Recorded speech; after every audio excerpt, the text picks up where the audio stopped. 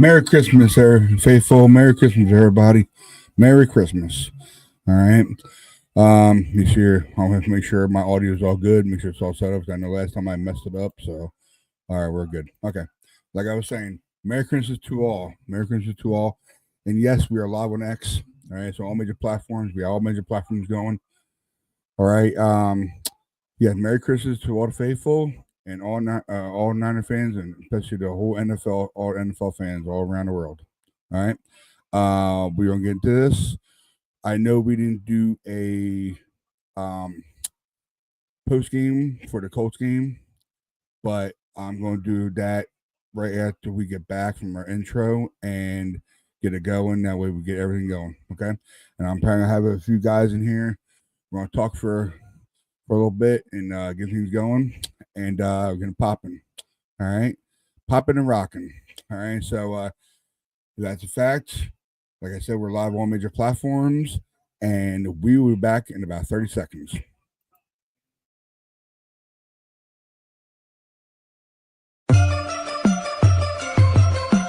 Ready, go, ready, go, ready, go, ready, go. Ready, go, ready, go, ready, go, ready, go. Yeah, you know what it is. Home of the West Coast offense. Frisco to Stockton, Modesto to Fresno, we get it poppin'. Reppin' my team, when you see me, you know everything. Ready, go, ready, go, ready, go. Go.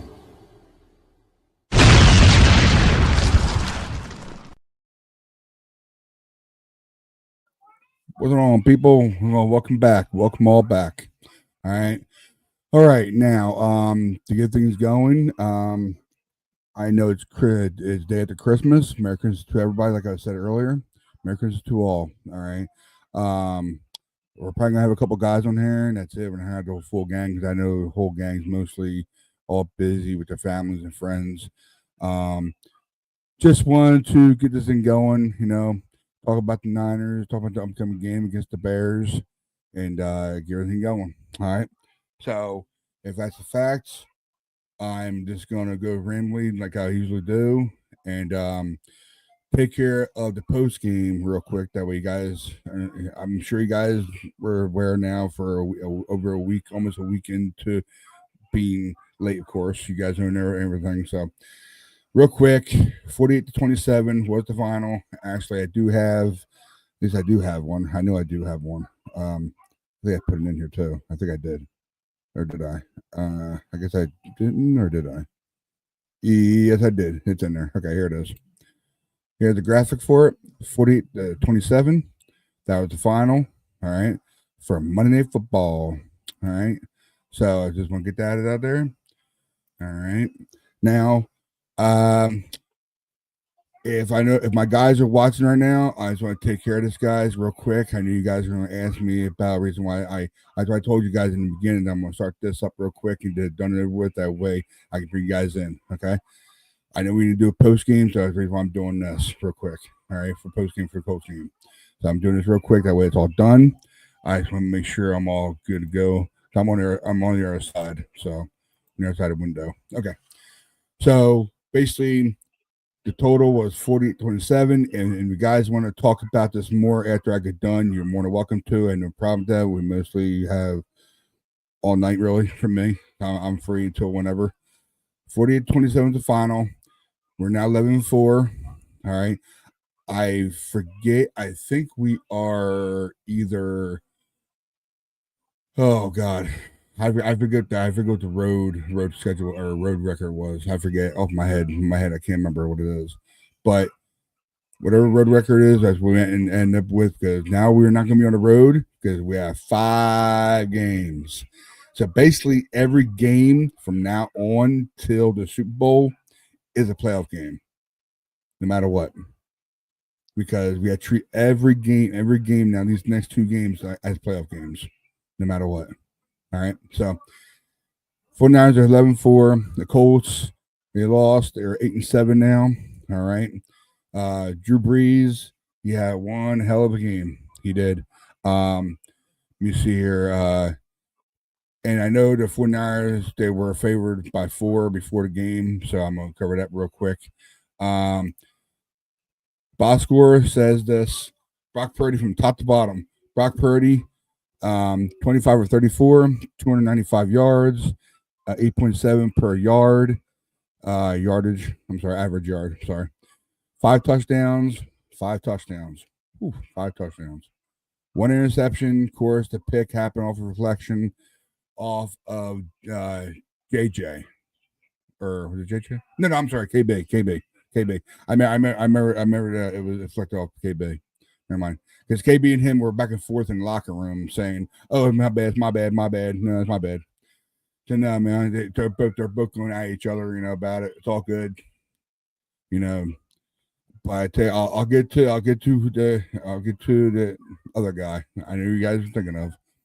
So 1 interception from reflection of a KB, and he got his return or whatnot. Our defense came back on. The longest for Purdy is 26 yards. The sack, he only got sacked one time. That was good.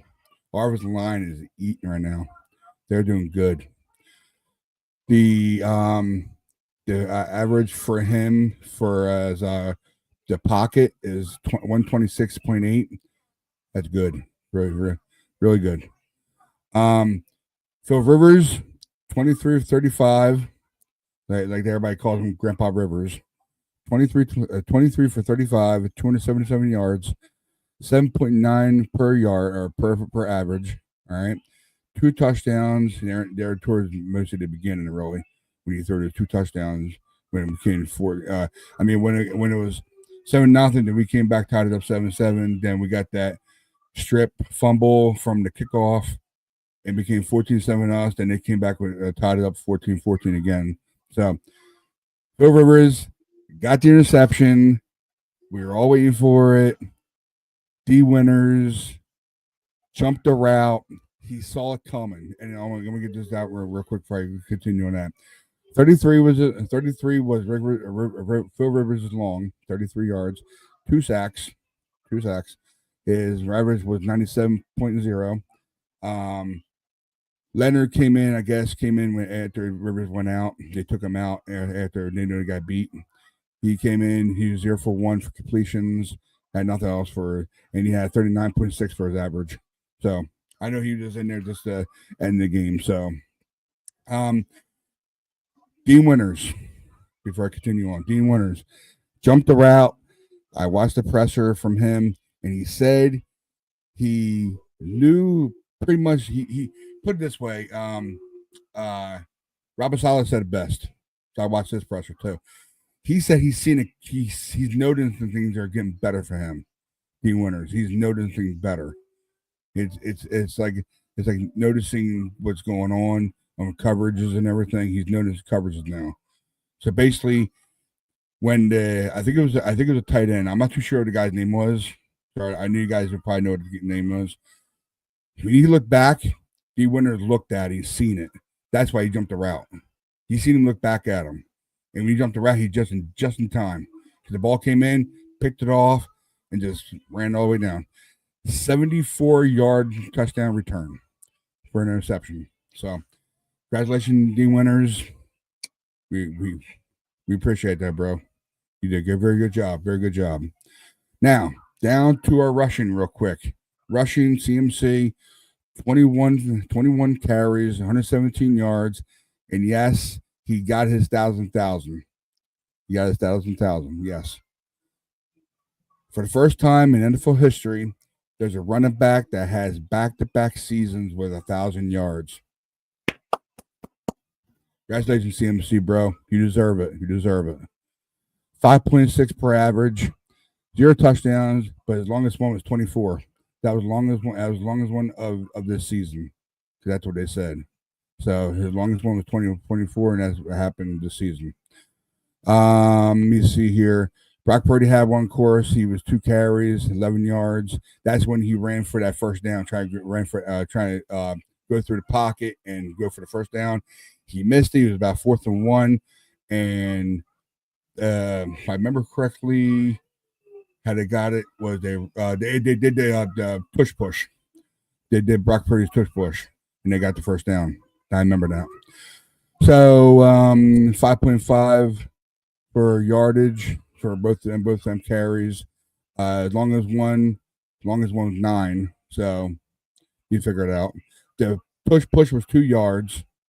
There's 11 yards altogether. He had 2 yards for the push and 9 yards for as long as for the run. That run he did. So now it was 9 yards.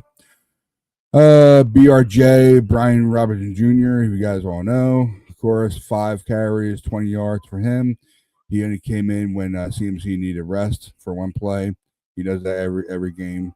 Yeah, 5 carries, 20 yards, and 4 yards for a pop. And as long as one was 11 yards.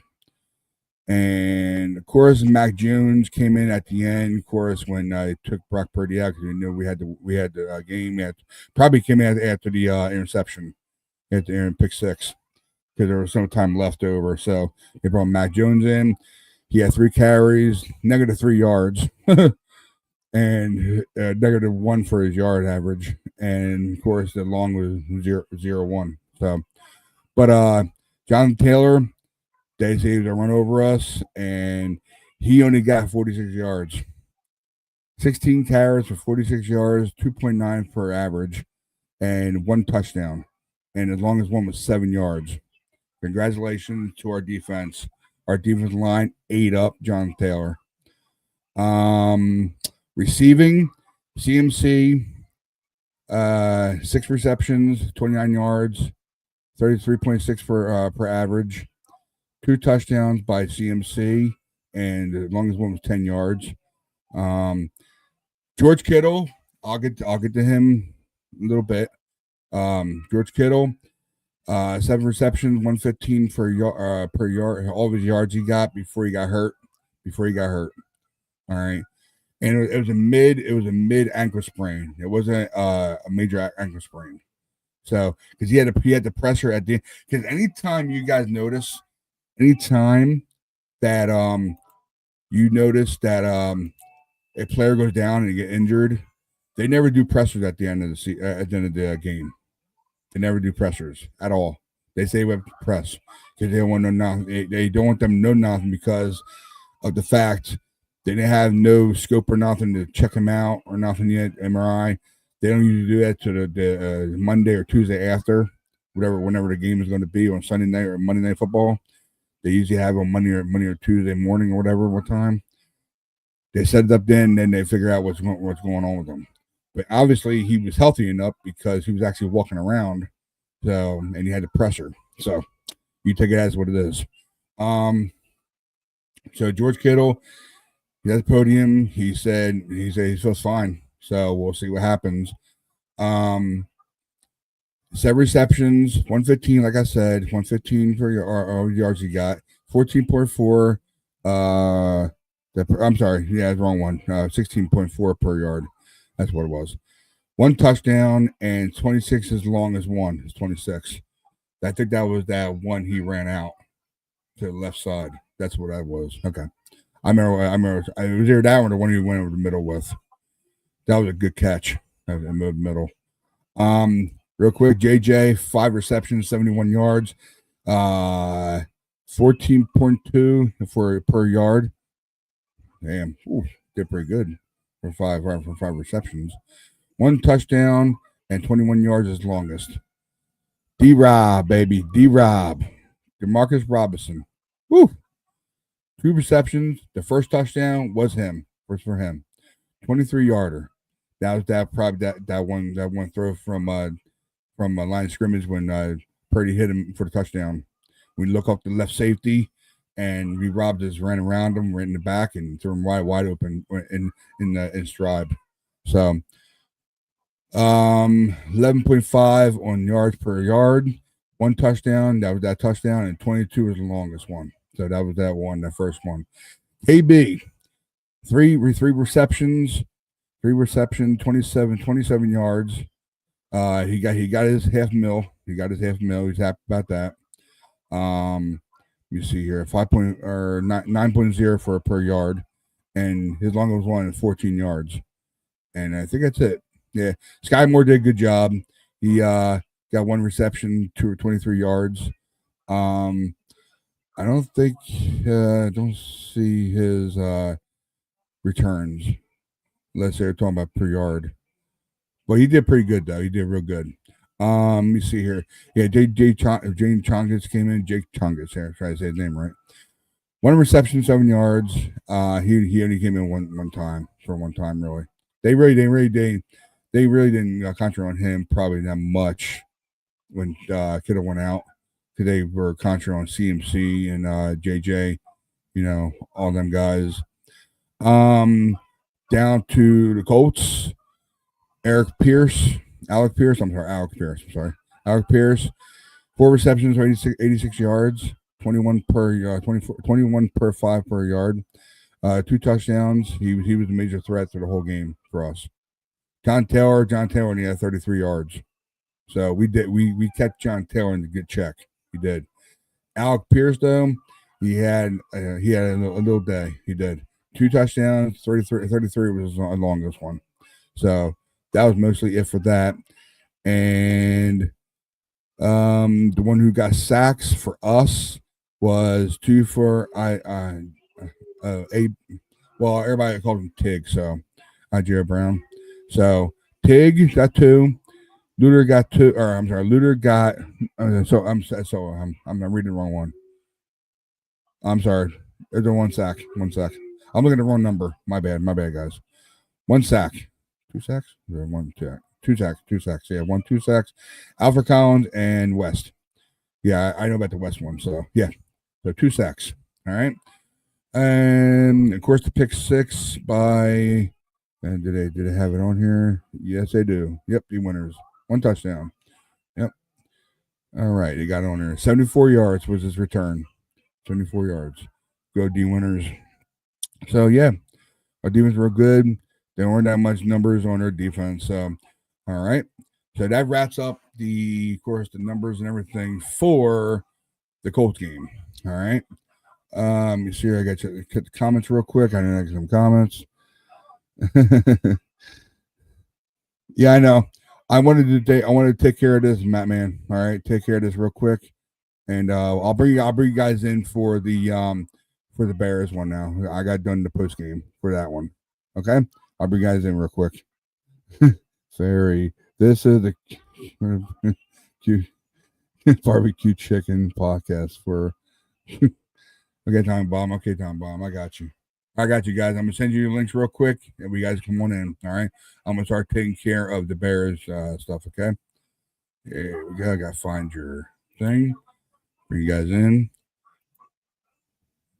Okay, guys. If you're watching it right now, you should be getting links right now. All right. Got the links out to you. All right. Come on in here. All right. Let me go to the Bears game real quick now, and take care of that.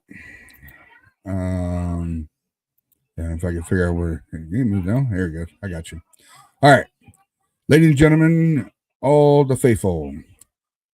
Bears at the Niners. All right, Bears 11-4. All right, 11-4. So on Sunday, kickoff is at 8:20 p.m. It's a Sunday Night Football. It's in Santa Clara. 57 degrees, clear skies on NBC. It's on NBC. It's a broadcast on NBC. And of course, the Niners 11-4. All right. We are home, of course, for the next 5 games. Like I said earlier, the next 2 games are playoff games, no matter how we look at them. So, from the bottom top, from offense, left to right, Chicago Bears are 10th in the league in offense.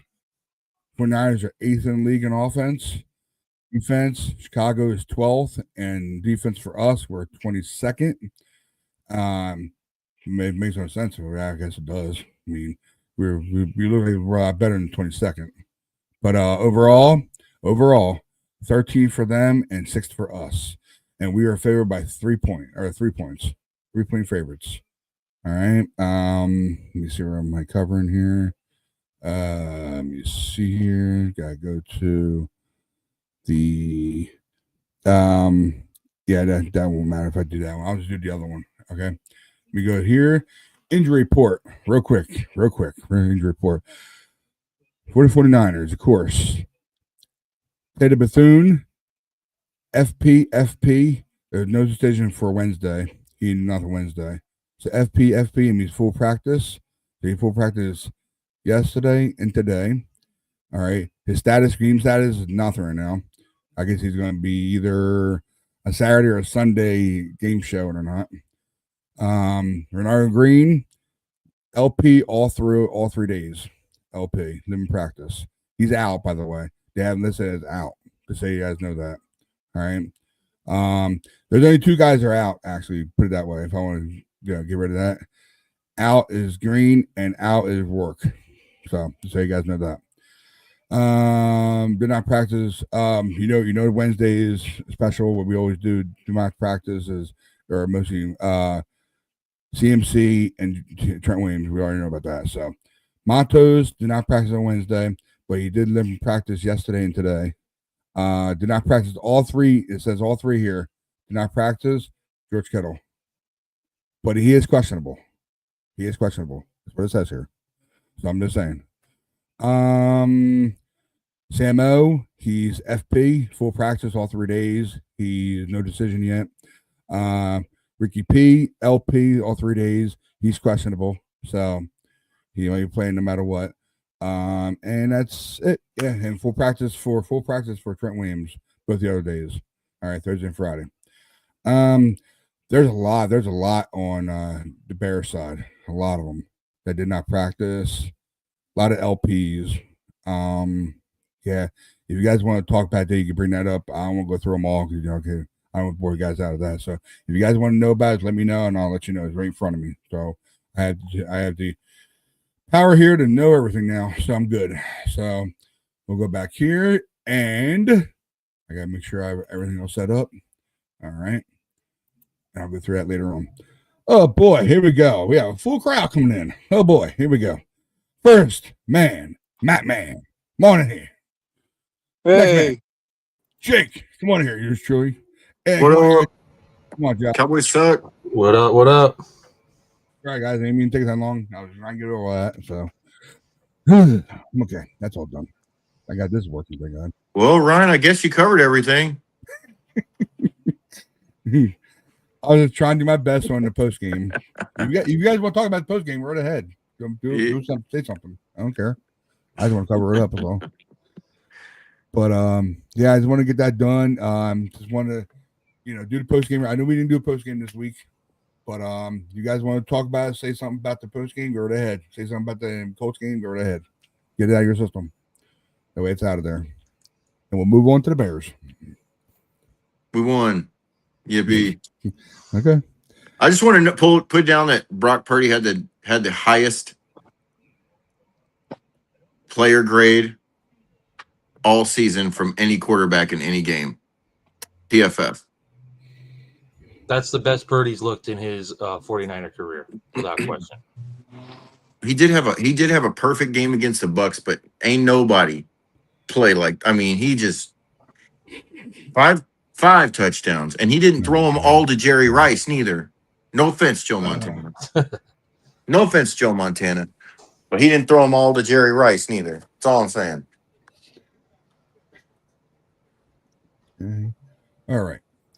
Good, Josh. Go ahead, man. You're good. I mean, well, what I was gonna say is it's great that they won, but if it's not one thing with this defense, it's another. Now, I give them credit. I thought they did a good job holding Jonathan Taylor and also keeping Tyler Warren in check. Those were the 2 guys where I thought were going to give us problems, and they actually held them quietly for the most part. So that was good.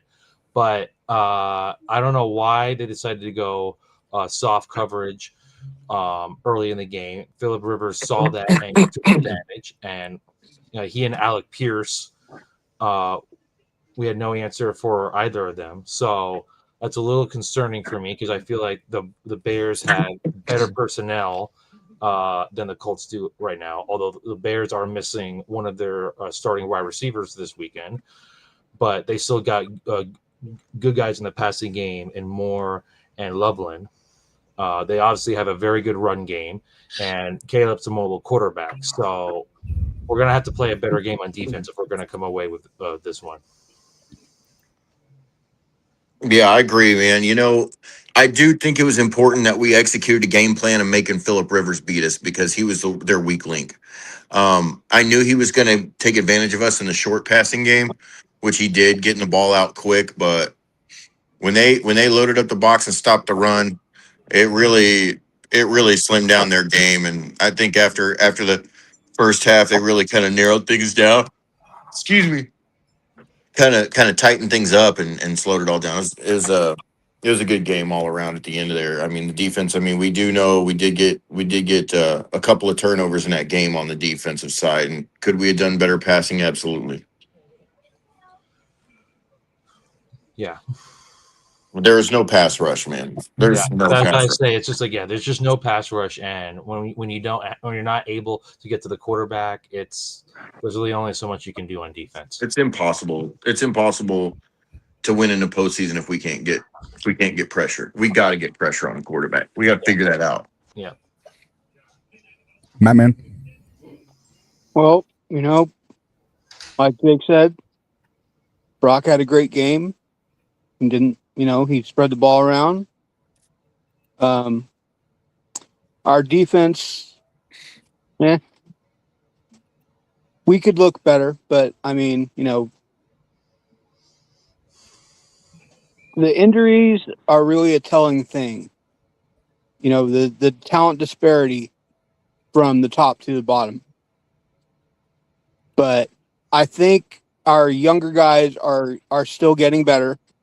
CJ West, he's a plug, and he's going to cause some stuff to happen to Caleb. So is Collins.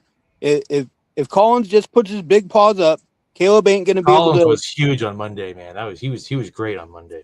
Collins can make this game difficult. Like if he even gets within a snip of Caleb Williams, he might get himself a sack or two Sunday, and I'm just saying, the guys keep on pushing.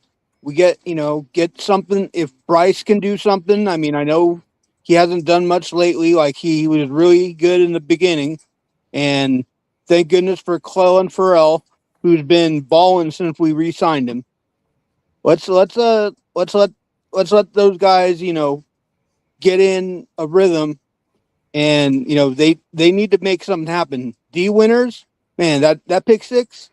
When huge. I was like, ooh, I turned the game off, so I missed that. But when I saw the replay, I was like, ooh, that reminds me of Patrick Willis or Navarro Bowman. That's what kind of play that was. That's game ending. He summoned the inner. He summoned the inner, Ronnie Lott, he summoned that. Like, he was like, I'm getting this. And he saw it. He saw it happen. He didn't, he didn't have to think about what's going on. He saw the play and he jumped the route and he picked off the ball. He saw the receiver turn his head around early. He did the things that a good defensive player, a good secondary player should do to recognize that it's his opportunity to pick the ball off. And Tatum Bethune, he was a tackling machine again the other night. Give him another game back. Give him another game back. He's getting better. He's getting better every game. And I've been saying, like, ever since we drafted him, like, that was a great pick in the 7th round. Like, you can't teach a guy, like, even if you're a 7th round pick, if you have it, you have it. There's no teaching that. Like, he has some instincts. He can, and he's got a nose for the ball. So he might. Let's see if he can't get his hands on the ball, maybe get a pick or force a fumble, which would be fantastic on Sunday. If he can get close to DeAndre Swift or the rookie running back and get his hands all over those guys, he might be able to force a fumble. And I'm hoping that, if he's coming in and he's getting close and D can follow right behind him, and they both can just tattoo those guys and start forcing some havoc. You know, I'm gonna start. tell you right now. I want to see Swift get laid out again by Demo. That'd be nice. All time hit. I saw that last year. That was I wouldn't mind seeing that I again. want to see Jair Brown lay some wood. But it's like he did Monday night for that fumble. Like he knocked that dude. He knocked freaking Amir Abdullah, and it just went whack. I know Rich gets on Tig's butt a lot, but I think he's turning into a real baller, man. He's really been starting to show up later in the season for us. They will absolutely need to create a turnover on Sunday. I feel like they've got to create some doubt on the Bears' mind. This game is honestly a big test to see where the Bears are at, because they still have a shot at the number 1 seed themselves. So We need an early interception. Yeah, early. I agree. They need to set the tone early. Don't let them feel comfortable. Don't let Caleb Williams think that he can dominate and take over the game. Like, you gotta, set the tone early. That you're in our house and we're gonna dictate the terms around here. So Yeah. A good swatted ball, a blocked field goal, something big. And Alfred Collins is that guy, because he hasn't he blocked a kick. He did. He's already blocked one for us this year. You're right. Yep. And he forced that fumble against Kyron Williams. So let's if he gets enough push, that big old dude, 6 whatever. I know they say he's 6'5", but he looks closer to 6'7". I mean, Huss really, got his hands on a few too this year. He's standing up. It's like, get out! Like he looks like prime DeForest Buckner right now. I know he doesn't have the sack numbers, but those are going to come. He's going to be one of those guys. He's going to be a defensive tackle that has like 10 or 12 sacks. He's going to be that dude. Like you can already tell. And when Bosa comes back, oh man. Bosa and Fred come back, it's going to make him that much better. Absolutely. I was just thinking, it's just like, just wait till next year when you're able to put guys like Collins and Bethune and West and Winters along guys with Bosa and Fred Warner. It's like, I'm excited just thinking about that. Obviously, we're trying to get through this season and whatnot with what we have, but it's like next year, like this could be a top 5 defense. And I'm calling the score right now. I know you guys laughed at me last week, but they scored 10 more points than what I said. Okay? I'm calling 38-24 Niners. If Kittle play, I'm going to call. Now I'll say this though. 2 touchdowns. I think it can be that score, but I think that's if Kittle plays. I believe this game comes down to, does George Kittle play? If he does, but they win. I think they win by at least 10 points. If he doesn't, but I think Chicago's going to win by. I think Chicago wins by 10 points. I think like he's that important to what we do, like because he's our best receiver right now, and he's probably our best offensive lineman, not named Trent Williams. Like he is so crucial to what we do. If this game was not for the number 1 seed, I'm not sure he plays. I feel like because like we do have a shot at winning the division and getting the number 1 seed, which in my opinion is really the only way they can win the Super Bowl is if they can, have the road go through Santa Clara the entire postseason. I think he will play. I think they said he's going to come down to a game time decision, and I think he will. So that's just the way I see it. If he doesn't play, I feel like I think they're going to have a hard time scoring. That's just how I see it. Well, we haven't seen anybody that can guard. We haven't seen anybody that can cover Tonjes. Tonjes has, he's not as good a blocker as Kittle, but he's got some hands. I mean, that was a touchdown the other night that they took away. Yes, it was. That was BS. I don't know. I don't know why Cal didn't challenge that. He got robbed of a touchdown. They talked about why he didn't. They were getting some information from upstairs, and Brock took the quick snap count before he had a chance to throw the flag. Kyle said that in the press conference. Okay, whatever. I mean, that was a touchdown for Tonjes, but I mean, no, I agree with Matt that no one can cover Tonjes or whatnot. The problem is he doesn't have the blocking ability that Kittle has. Yeah. So He's that's not the And that, same and that, player. He's and that's not as why good. that's why if Kittle doesn't play, you have to roll the backup tight end right behind him, so the backup tight end can block. 'Cause he Yeah, can but block. yeah. so Farrell. Well, Farrell, Farrell. you're talking about Farrell. Yeah, that's what we brought him in for. So No. yeah, I guess so. It's just I don't know, man. Kittle is so important to what we do.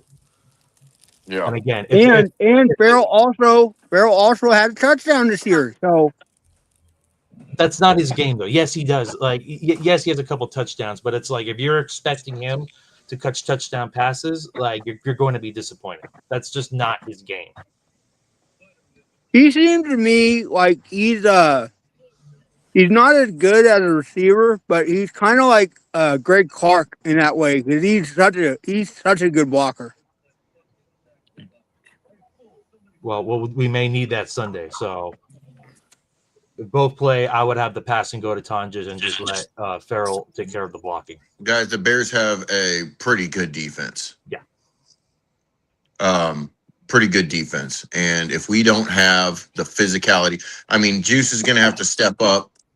And honestly, the Niners don't bring people in on offense that can't block. So even though y'all say that Tonjes can't, I think they're going to make him. Honestly. So if he can, then it's time to find out. we don't have a choice. They're going to have to roll these dudes out on blocks. Yeah. There's no other way. If we can't get Christian McCaffrey going in the run game, we can't get Robinson going in the run game, and we don't have a substantial passing game going on. We're going to have at least 3 passing touchdowns in this game to beat Caleb Williams.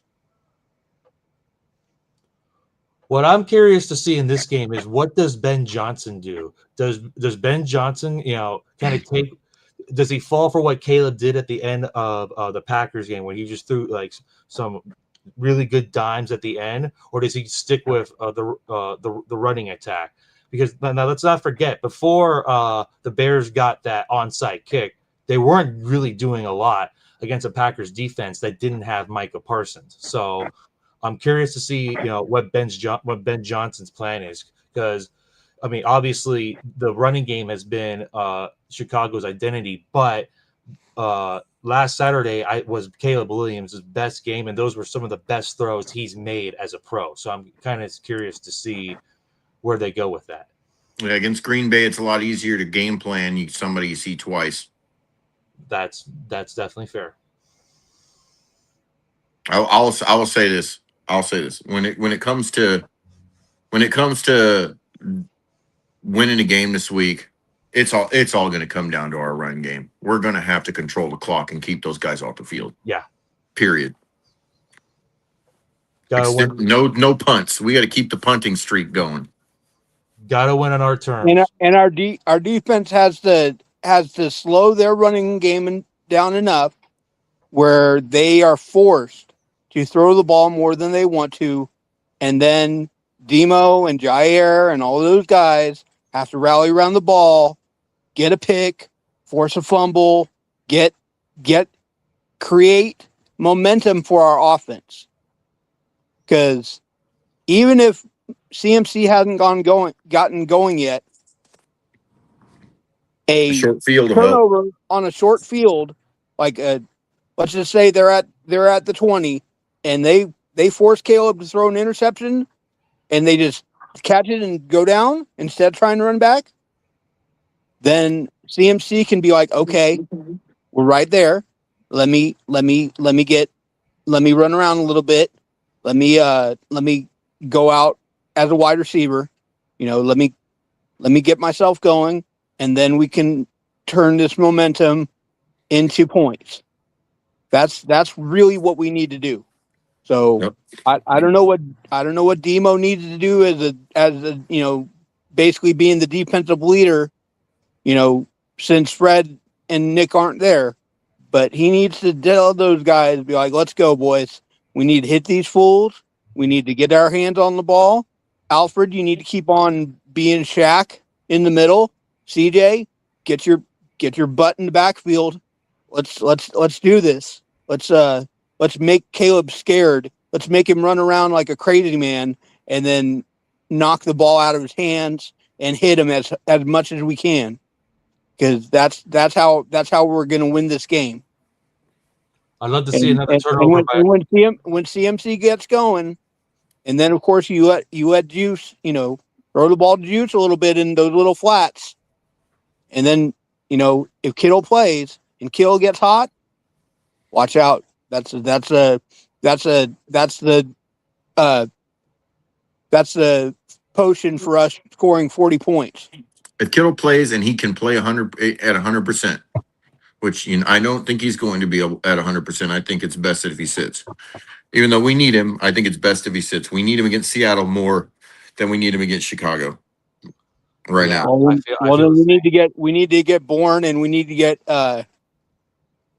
Bourne, Robinson, and Jennings looked great. Yes, they did. So let's keep that going. They got Robinson involved. Let's keep using him. Get that dude the ball. The dude can catch. I don't care what anybody says. Dude can catch. He can. Yeah, absolutely. And what I was about to say is I want to see another turnover caused by our special teams.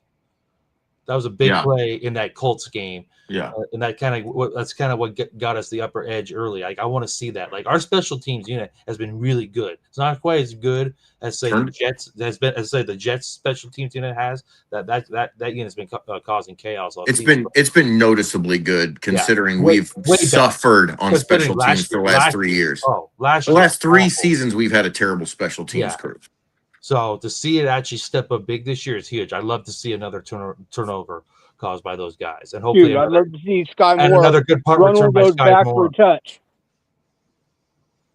If Sky Moore can run a kick back for a touchdown, he can just give us consistent 40 and 50-yard returns, man. That would be great. Getting close, man. Like just give us a short field. Give us decent run backs. Get us the ball on the 45.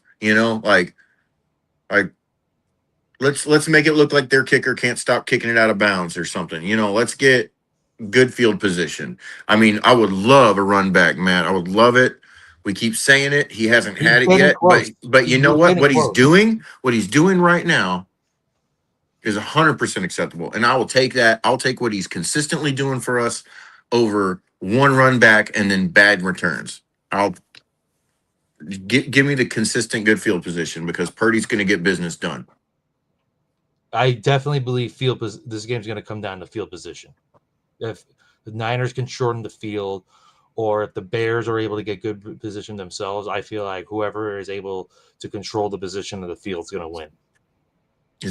I'm just glad we're not in the ice right now because I'm glad we're not going to Chicago. Man. Same, yeah, I'm with you. This is why this is so crucial, because everything is in their hands. It's like it's right there in front of them. Now they got to put it all together and take it. They fought so hard. They have fought so hard. Right at this point, fighting to get into playoffs is cool, but that 1 seed, what a statement that would be. Absolutely, that is your path to a Super Bowl. Josh gets said it best. Getting an extra bye here late in the season. Yeah, before you guys came on, I was in rush getting you guys on here. So you find Matt Man and Matt Dennis 9 on X. Of course, you find Josh Gate at 1987. Hello. And of course, yours truly, you can find him on Super Beast 86. All right, and we'll get you guys going on that. I know Richie. He's spent time with his son. Last time I heard from him. No worries, man. Yeah, no, I know. I told him, you want to make it in, go ahead. If you can't, don't worry about it. I'll take a second before we get too far. I read an article today, and I know, look, guys, I know that it's easy to get your emotions all worked up over some football, but a man in cold blood shot his wife and daughter before turning on himself over an argument about football game. I saw that. That's just, come on, man. Dude, like, what are we doing, guys? It's just a game. We love our Niners as much as any other fans, but that is ridiculous. No, like, that's just, my hearts go out to the victims, and it's just sad. Obviously something else is going on, but try and have some fun with football. Don't take it that seriously. Yeah, I saw that too, and that made me sick. It's like, come on, guys, you're gonna kill people over sports. What the hell are we doing? This isn't soccer. Yeah, I know what you mean. Yeah, I said that. Yeah, That's why I always laugh at people that want to start fights with me when I say their team is terrible. Yeah. I'll knock you out. What are you talking about my team for? Like, bro, shut up. Yeah. who cares? Your team is terrible whether you want to knock me out or not. Right. You know, you saying that is like, bro, grow up. Yeah, we're adults. Bunch of like I get it's passionate and look, I'll get in a work in a a match of words with people anytime, but I usually try to have facts, and let people know they're being ridiculous. It's not, I'll beat you up. My dad can beat up your dad. Like exactly, man. Grow up. That's stupid. Especially all you Philadelphia Eagles fans. Get over yourselves. Your franchise sucks. Y'all got 2 Super Bowls in like 100 years. Shut up. Being that my dad was from Philly and everything, like I've been to Eagles games and whatnot, and I see how they operate, and I got to tell you, it's like I don't get them. They're They're just soccer hooligans. They're worse than Thank Raider you, Josh. Thank you. I don't get them. I just don't. They're worse than I know. Raider fans. Yeah. Yeah. Raider fans are like, oh, we're gonna jump you. We're gonna jump you. And who are like?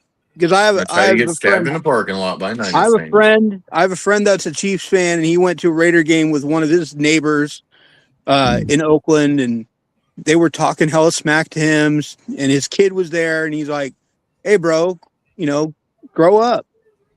He's like, you're doing this in front of my kids. Like, Yeah. shut up. And his friend was telling the other Raider fan, he's like, bro, he's good. He's just a Chiefs fan. It's not a big deal. Like, chill out. No, but Eagles fans, what makes them worse, they get personal. Like they'll bring up your mother, they'll bring up your family, they'll bring up your dead relatives. Yeah. That also sounds like the Vegas Night fans. Yeah. Okay, you've had a hockey team for like 5 years.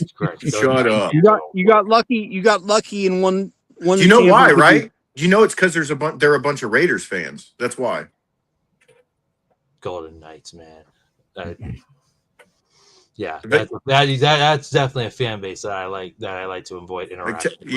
Tell me your team was literally set up to be successful by the league with a crazy, like, never before seen grasp of talent around the league in their expansion draft. They were handed a playoff roster. I have a friend on X. He's a Seminole fan and he's a Vegas fan. And he's like, oh, I'm a diehard Vegas fan. I'm like, bro, they just came. You can't be a diehard Vegas fan. Diehard. Come on, man. You literally jumped on a bandwagon of a new team. Look at this. You were handed a championship. Okay, look at this. See, I've been a Sharks fan since they started. I'm a diehard fan of the Sharks. Okay, I've been there since the very, very beginning. But I'm not like, oh yeah, we're gonna 95. We're gonna win the cup. We're gonna win the cup. Like, I want us to win, but I'm not. We were the worst team in NHL last year.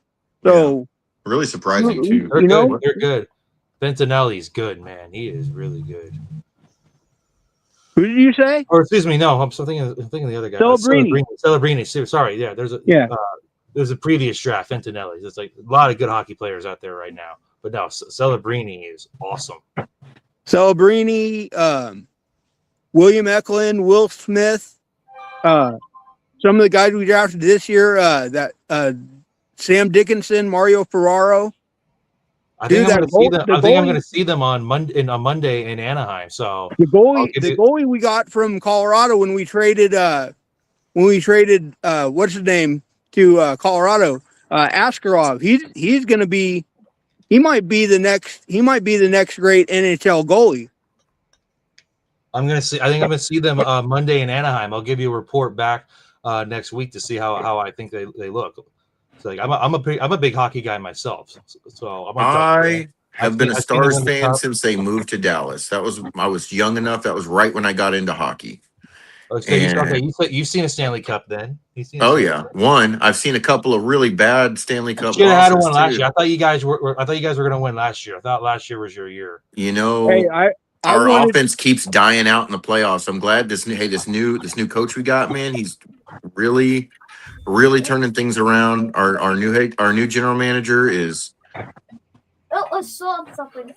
Last year I wanted them to win. Last year I wanted them to win from my guy Joe Pavelski. Yeah, You know, he did, I know. I really hate that Paz didn't get it, man.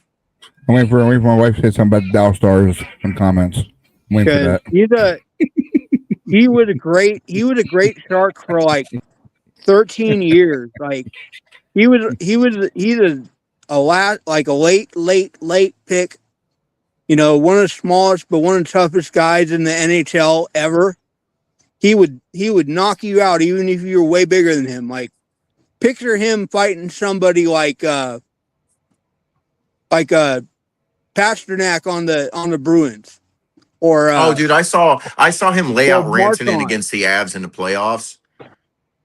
He laid him out, dude. Like stuffed him in the box too, like 2 consecutive hits. And I'm gonna tell you right now, having Rantanen on our team was what the heck were the Avs thinking?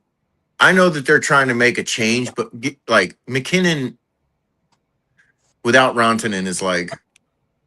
I don't know. It's like Madonna without Brett Hull. They're not winning shit. They look pretty good this year, though. Colorado does. Hey, they look good right now, but don't worry. Dallas is coming for you in the playoffs. Don't worry. Don't worry. We know you can't beat us. Okay, wifey. Come on in here. And he's probably working right now. That's funny you mentioned Pavelski, Matt. It's like I remember dreading the Sharks every time they had Pavelski, Joe Thornton, Patrick Marleau. Man, they had 2 good goalies. They had Nabokov. Couture. Who was the other one? They had 2 good goalies. And Nabokov. Who was the other one? Forget his name. But no, there was like Sharks had some good teams early 2000s. I'm surprised. Dude, Antti Niemi was a good goalie for them. Yeah, Antti Niemi was good. I have his Stars jersey. He was one of my favorite pickups by them, and then he turned into he just disappeared in the net. He would have shutout games, and then just like who was that clown that they drafted? Oh, I'm drawing a blank right now, man. It was before Hudobin. He played with Niemi, and he was with. He would give up like 6 goals in 3 minutes. Hey Jake, this comes to you. You keep Moose. We don't need him. Yeah, you don't need him. Y'all don't need him. Yeah, y'all. Yeah, I guess he hadn't done y'all no good against us in the playoffs. My Tom. I just want to remind you that he was with us when we beat y'all last year. Oh, here we go. This is what we call people off topics. Okay. All right, we're talking trash now. All right. All right. That's what we do here, people. That's what we do here, just so you know. Yeah. So I'm sure people who are tuning in here were sure expecting to hear a hockey chat. It's all good. It's all love here. So if the Steelers get 1 win, the Ravens are out of the playoffs. Yes. Right? Yeah. Yeah. It sounds like Lamar Jackson might be done in Baltimore. Dude, that's insane. Yeah, Houston has this. Houston is in the last seed right now, the 7th seed. So if Houston wins, they're in, I guess, and then Colts lose. Houston. Yeah, Houston Texans. The Texans. How do they have the 7th seed? Haven't they caught up to the Colts yet? Yeah, right now. The Jags ran away with that division. I'm so tripping, man. Yeah. I cannot believe, I always talk trash about the king of interceptions in the playoffs, Trevor Lawrence, but that man, if he gets in the postseason and forgets to throw it to the other team, I'll be surprised. Steelers win this weekend. They got top seed, or they're top division, so they'll have the 4th spot. Yeah, they'll win the division. Yeah. They'll clinch it. If they get a win at all in the next 2 weeks, they clinch the division. They have to lose out, and the Ravens have to win out to even switch hands. I know. Right now, the Denver Broncos and Patriots are going back and forth. So if it ended this weekend and the Broncos won this weekend, then they would take the top seed, and the Patriots would be staying home and going against the Ravens. Or Ravens go to them. So if the Broncos win, They clinch the 1 seed. Yeah, basically. And the rate and the conference record. Ooh, that may be tough. All right, all depends on Patriots. I don't know who the Patriots are going against this week. Patriots. I don't know who they're going against this week. They're playing the Jets. That's Jets out up. Yeah, Patriots will win that one then. Okay. So basically, if they both win, then it'll come down to next week. Basically, come down next week because they're both Broncos right now are 8-3 in the conference, and Patriots are 7-3 in the conference. So basically, right now Broncos are leading by 1 game in the conference. I'm gonna be honest, man. I'd rather see the Patriots in the Super Bowl than the Broncos, man. Mm-hmm. I don't want to see Dre. I don't want Dre Greenlaw and T Huff, man. I don't want to see those dudes. The Broncos just offense just doesn't look right now. It's just like they didn't. But that was not a good defense. showing for them last night. But their defense. I know. Every team's in the playoffs right now, except for Carolina Panthers for the NFC. I mean, I'm not scared of New England either, but it's just like I would rather see New England's defense than freaking Dre Greenlaw, man. And who's that cat we let go? He's on the defensive line. Funga. No, they got one of our defensive linemen. DJ Jones. Patrick Surtain. Oh yeah, I know they got Patrick Jones. Surtain. DJ Jones and Broncos. Is that where he's at? Yeah, DJ Jones is on the Broncos. I miss him too. I like DJ Jones. I like him. Yeah, I don't know. Denver just hasn't looked right. And with the Lions losing to the Minnesota Vikings, they're out. They're done. They're out. Yeah, they're out. Mm-hmm. Oh, And the Packers took number 7. that was a joke. Yeah. Took number 7. Daddy, what was that? So, Daddy. The Lions need to move on from golf. They're not winning shit. Yeah. With it. Excuse my language. Sorry. It's okay. I think that they let the wrong coach go. I think Ben Yes, they Johnson did. has Yes, been carrying Dan Campbell through. Yep. I mean, Dan Campbell literally cost them a chance at the Super Bowl against us by going for it twice on 4th down. I know what that is. The stats show it. He is not a good coach without Ben Johnson. So they're gonna have to figure everything out there. They got to find a good offensive coach, and I think they got to reevaluate the quarterback position. It's just I hate that for Dan Campbell. You know, I love the way he rallies his guys, but man, I like him a lot. But it's just he goes for it so many times. It's like, dude, just take the points. It's like they lost like 4 games this year, like because he wouldn't take points. Like if he just kicked field goals, they would have won those games. It's just like, dude. And I get his aggressive mindset, but it's like, my man, it's just like you're costing your team every time you do that. He's like, but I'm showing them I believe in them. No, you're showing them that you don't know how to manage a game. Yeah. And they're losing faith in you, and that's why you guys are going downhill. Yeah. I love what he's done to that franchise, but my man. And Jahmyr Gibbs is an all-world running back. Yeah, and they still couldn't get him going last week. They had like couldn't get him going last night against the Vikings. They had like 15 rush yards against the Steelers last week. I was like, dude, and then he couldn't get going against the Vikings. Like trash, dude. And they had 6 turnovers last night. I was like, terrible, man. They were just terrible. Like everybody's trying to say Jared Goff is a top 10 quarterback. No, he's not. No. He has played like one for most of his tenure in Detroit.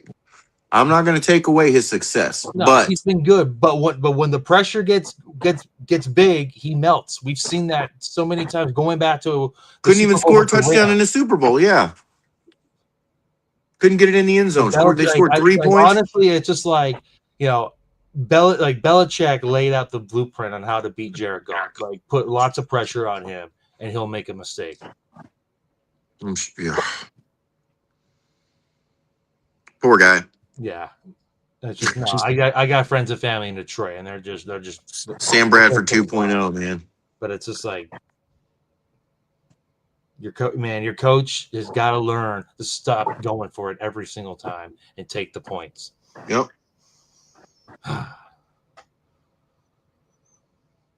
Whatever, we're gonna make it all the way this year. So 5 home games. 5 home games. 5 home games.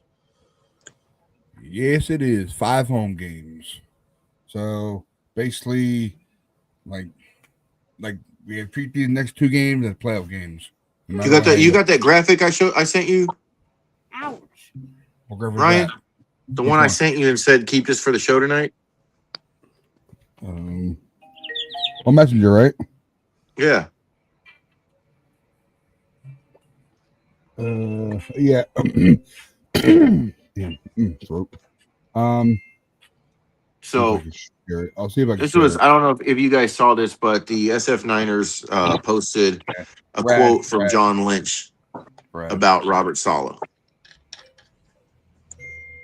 And basically saying they're going to Yeah, I do. got it.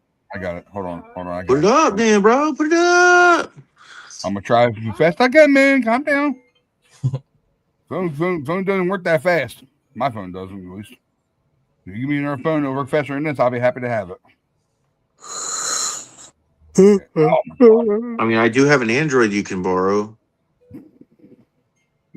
No, thank you. Dude, I'm just gonna say I have the new Fruit Machine 17. I love the battery life and the quality of the camera, but I have seen more ads on this phone than I have ever seen on my Android. Like always. Like always. Okay, here we go. I got it here. Now gotta grab it. So bear with me. Bear with me. See how fast this baby can get it for me. I ain't read your message when you said that. I ain't read it. That's why You hate me. No, I don't hate you. I just didn't read it. Chopped liver. Okay, here we go. I got you. Hold on. I put on the thing here. Drum roll, please. It's really not that guys. You are going to be so bummed because it's going to sound like it's super important after all of this. Literally, it's really fast for me when I do. Put it up. Put it up. Put it up. Put it up. Put it up. Don't mess me up here. I'm good. Oh, wrong way, right? Wrong way. Psych. He's going left. He's going left. It's coming. It's coming. Here it comes. I don't believe you. All right. Open it up. And 5, 4, 3, 2, 1. Golly, you're hyping this up so bad. So we got a quote from John Lynch basically saying that. Can you read that or no? Can you read that? But yeah, so Robert has big aspirations. He always has. I think he'll be more choosy in terms of not wanting to coach just anywhere. He'll probably want a really good situation because he has one here. And we're blessed to have Robert, but at some point you have to allow people to go chase their dreams. However, we can make it very attractive for him to stay, and we plan on doing that. So it looks like John Lynch is going to do everything he can to keep Robert Saleh here. And I cannot be more ecstatic about that news. Very good job. Well, I mean, I saw the quote from Robert Saleh on Monday where he basically says, like, yeah, I want another head coaching job, but he's like, I'm also not, going to just jump into any job. So it's like, I think he's going to evaluate any job that's offered to him. He's going to look at the situation, look at the quarterback that he has to deal with, and then probably go from there. So but what I took from that is, I think he's going to stay for next season. He's going to stay until the right situation comes along. Right. A lot of these jobs that are about to open, I don't think are good situations. Yeah. What Cleveland, Miami, and what everybody says Vegas, but I think that Vegas is. I think they're tanking this year. Oh yeah, they are. Yeah, I think that they are strategically tanking because they need a quarterback. Well, whoever coaches that team is doomed anyway, because as long as Mark Davis is running that show, they're going. I mean, they've got a good coach right now. He's just got to he's got to build something from nothing. He came into nothing. The only thing they have on that team is Max Crosby, dude. Yeah, I know. No, I know. And Genty and Brock Bowers. Bratton Bowers, yeah. But it's like, well, you say that about Genty. I mean, he's an interesting running back, but he is not. To me, he's not top 5 in the league. So that's not. You can't build around that. He's not top 5 in the league. He's a rookie. He's a dang good rookie. Okay. We don't know what he can be. I mean, but having a serviceable running back is not the same as having like one that like makes your team better when he's on the field. I just don't see him as that. I think that he can, if you have decent blocking schemes and you have a good offensive line, which they do not, that he might be more successful, but he's not, and they're not. He's not one of those guys that finds lanes. If you know what I mean. No, I know what you mean. Like, Well, whoever the coaches the Raiders next year is going to have to deal with what's likely going to again be a pretty marginal roster. yeah. Well, I mean, hopefully they can do their damage through the draft. I mean, I say hopefully. I really hope they fail. But as a Niners fan, I do not like the Raiders at all. There's a real chance they could get that Indiana quarterback, Mendoza. Yeah, I think they're going to screw that up and go like after somebody else. I mean, they're probably going to trade their pick for some high quality first round pick that like Tua Tagovailoa. I could see his big stupid long name on the back of a Raiders jersey. That just hits me. You know, it's like move the Raiders would make. That is absolutely a Raiders move. It is. That's what I see them doing when they have. They're like, his name's really long. We could put him on our team. He'd be a great quarterback.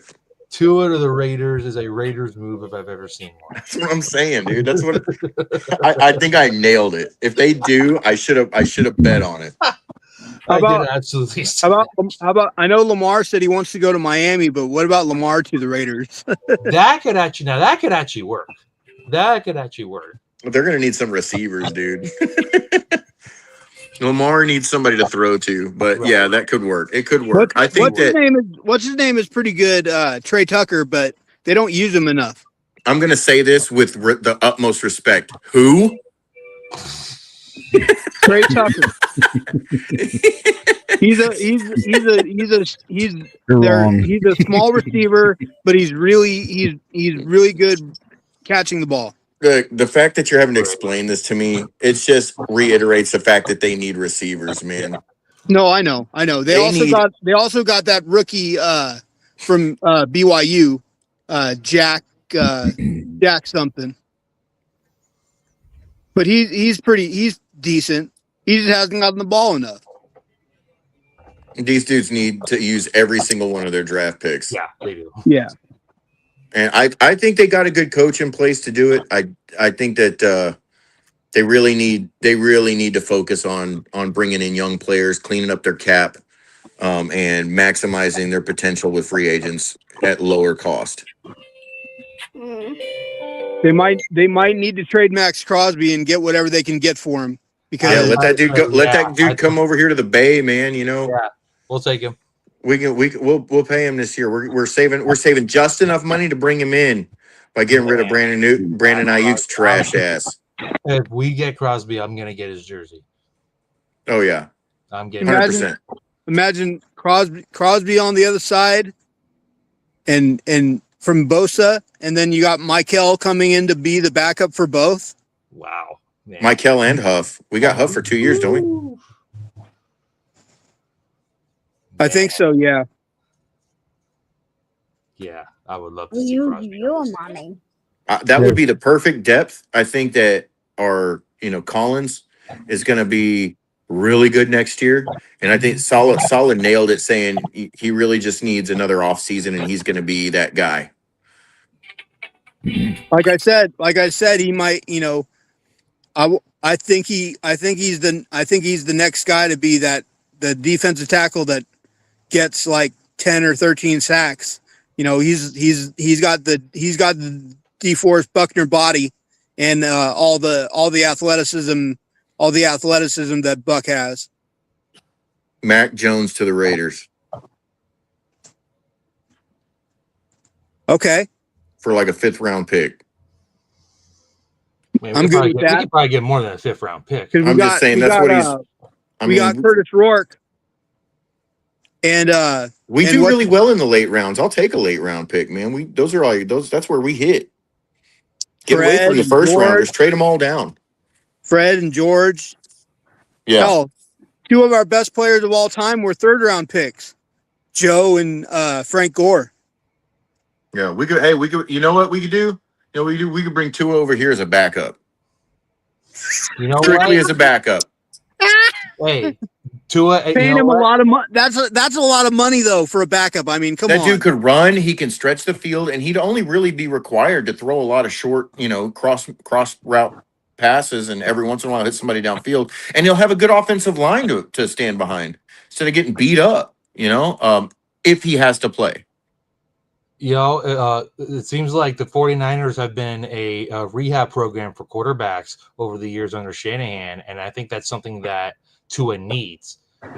He needs a guy like Shanahan, because he's revitalized Sam Darnold, and now he's revitalized Mac Jones, so he could probably do the same for Tua. Yeah, but Tua is also one bad concussion away from retirement. Yeah, I say he needs to eat some baby food. He's got RoboCop brain cells right now, dude. Yeah, he does. How many left-handed quarterbacks we ever had in our career? Steve Young's one of them. I know. Steve Young. Yeah, Steve Young. Anybody else? Is Garcia? I was about to say like Jeff Garcia. No, he's right-handed. Okay. So he may be second then. Tua comes on this team. He'll be second. Yeah, none of our other quarterbacks were left-handed. Yeah. I didn't think. Yeah. We had Steve Bono, Steve DeBerg, Steve Spurrier, Jeff Kemp, Frankie Albert. Oh, that's right. Way back in the day. Yeah, I Googled it, guys. Sorry, I cheated. It's okay. No, I forgot about why him. leave yourself guessing when you have the information at your fingertips? Google. That's fair. Real quick before we continue, I want to give a shout out to Dion, one of our guys that's coming on here. He's one of our soldier guys we have on here. His daughter was in the hospital today, and she has real bad stomach virus. But he said that she's pulling through. She feels a lot better. So that's why I want to give her a shout out to him. Pretty guy. Yeah, man. Prayers up, Dion. Best from the faithful, dude. I told him I'd give him a shout out to him. So we're all good. Real quick, I know I saw this. I wanted to bring it up for the hell of it. Here is our offensive player of the week. Yeah. And best quarterback of the week as well. Hell yeah. Mr. Brock Purdy, number 13. Yes, he is. Man. He earned it, man. What a game he had. Oh. Man. I don't want to crap on him, but we did play a depleted Colts defense. Right? But even so, nobody's put 5 touchdown passes on them all year. Mm-hmm. Yeah. So, and the way he made it look easy, our receivers got open. I think that we're getting hot at the right time, and this is going to be critical for us. It reminds me of the Giants in 2007, man. Like, or even 2011. Yeah, I would say that's funny. I said that to myself. It's like this Niners team has some of that elements to those Giants teams. Like they struggled early in the season. Their defense were a mess. Tom Coughlin was constantly yelling at his team, and then right at the right time around December, they put it all together. They fought their way through the playoffs. And, except they had Radio as a quarterback. Yeah. Hey, he still got it done in the playoffs, though. Yeah, look, you talk about getting it done. We gave them that game. Kyle Williams, man. They didn't win nothing. We gave them a trip to the Super Bowl. I'm still mad about that fumble. That was a fumble, and we would have scored a touchdown on that drive. The forward progress garbage. Yeah. That was a BS call. Yeah, they said because they were saying bull crap. Because this is what I think they said. They saw us doing the gang tackle thing, and they're like, "That's not something 49ers do. That's something Pittsburgh or we do. Let's." We've had under Singletary, we had the best scoring defense for the last 2 years. Singletary was a head coach. We had some of the best tackling. We had the best players. They put together a monster defense. And when Harbaugh took over that talent and took us straight to the NFC Championship game, it only made sense. And for other people not to see that when we're out there wrecking shop, dude, our linebacking core was crazy. You know what it was? It was Strahan's little farewell tour. That's what it was. Strahan's farewell tour. That was the guy who we just like win one for Ray. Win one for Ray when we lost to the Ravens in the Super Bowl. Yeah. Same thing. We lost. Same thing. 2 years. We lost to back-to-back retirement tours. Strahan and then freaking Ray Lewis. Yep. Because I know if we would have beaten the Giants in that game, we would have won the Super Bowl. Yeah, Tom Brady we would have killed the Patriots. Yeah, would have killed them. I have no doubt. Yeah, we would have. And you know what's funny? It would have been like the first time in a long time that we beat Tom Brady, because that dude put the wood on us against Singletary. Yeah. Like put up 40 burgers on us like it was nothing. We couldn't do nothing against him. And I think we would have whooped him. Like it would have been like the Chiefs Eagles last year. Man, Crabtree and Vernon would have just been like going crazy that game.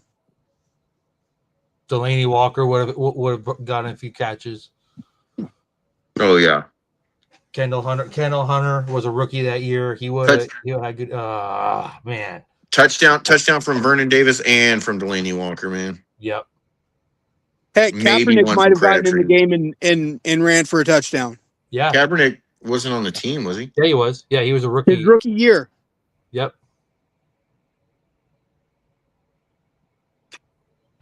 He was the second round draft pick that year out of Nevada. I saw him come in. We were blowing out Tampa, and like that. I want to say that week 4 or week 5 of that season, and we were up so big in the fourth. They brought in Kaepernick to close out that game. And of course, the jerseys that we earned on this Sunday night football will be this. Our 94 throwbacks against Chicago. Our 94 throwbacks. All right, guys. That way you guys know. All right. And of course, I do have, just to make it more interesting, I do have, as soon as I pull the screen up, because I don't want to take the picture of it because I already share it. Got better this way. All right. You guys see that? I hope you guys got that. Man, My side. those uniforms look sick. There you go. Those are the rivalry games. Those are the Seahawks. That's the Seattle's. Yeah, those are the Yep. uniforms. Yep. Mm-hmm. Yep. That's what I shared. I'll tell you, the first black That's our uniforms that Seattle we game. had about 10 years ago, I didn't like those. These are sick. The black. You're talking about the black with just the red. Yeah, I didn't. Yeah, like I have a Kittle one. the gold helmet kind of yes. killed it for me. Like I love this black helmet. I may just have to score me one of these jerseys. Yeah. It's been hard to get though. It's like every time I check, they're always sold out. Yeah. I wanted to share that to you guys. That way we know what we're wearing. So we're going in style next 2 games. And I'm sure we'll be wearing probably our our home red jerseys when we're home when we get the #1 seed. So I'm just saying. That's all. Just saying. Oh, the divisional round of the playoffs, you mean? Yeah. Divisional round, yes. After the bye? I don't want to jinx it. I'm just saying. That's all. Yeah, I'm let's just not saying. jinx anything. You said if I we know. get the #1 seed. Hey, I want it. I want it need it. too, man. We all do. Look, I'm glad we're in the dance, but that I know. home field and the extra rest, especially with Kittle nursing an ankle right now. That's Yeah, so let's get 100% healthy. That's and so cool. What if? And I know somebody said that Bosa's trying to come back. No. No, that's His Not in- Bosa, Warner. Warner, yeah. No. Bosa's injury is more worse than Warner's was. That's That's no why way you you're won't see no Bosa way you're this year. coming back from a torn ACL in 5 months. No way. Nah, No, not Bosa. Not Bosa. not happening. Even much. even though It's even too though much. Rod Woodson did do it with Pittsburgh. In 1 year? Wow. Yep. He did. The year before he signed with us. He tore his knee in the first game. He came back for the Super Bowl. Damn. Yeah. Well, you're looking. Well, Bosa got. Just his remember knee. that Bosa, when he left the field that day, they were like, it doesn't seem like it's a. They had to go get imaging to see if it was the ACL because they didn't think it was. If it's a small tear and he comes back, dude, what's up?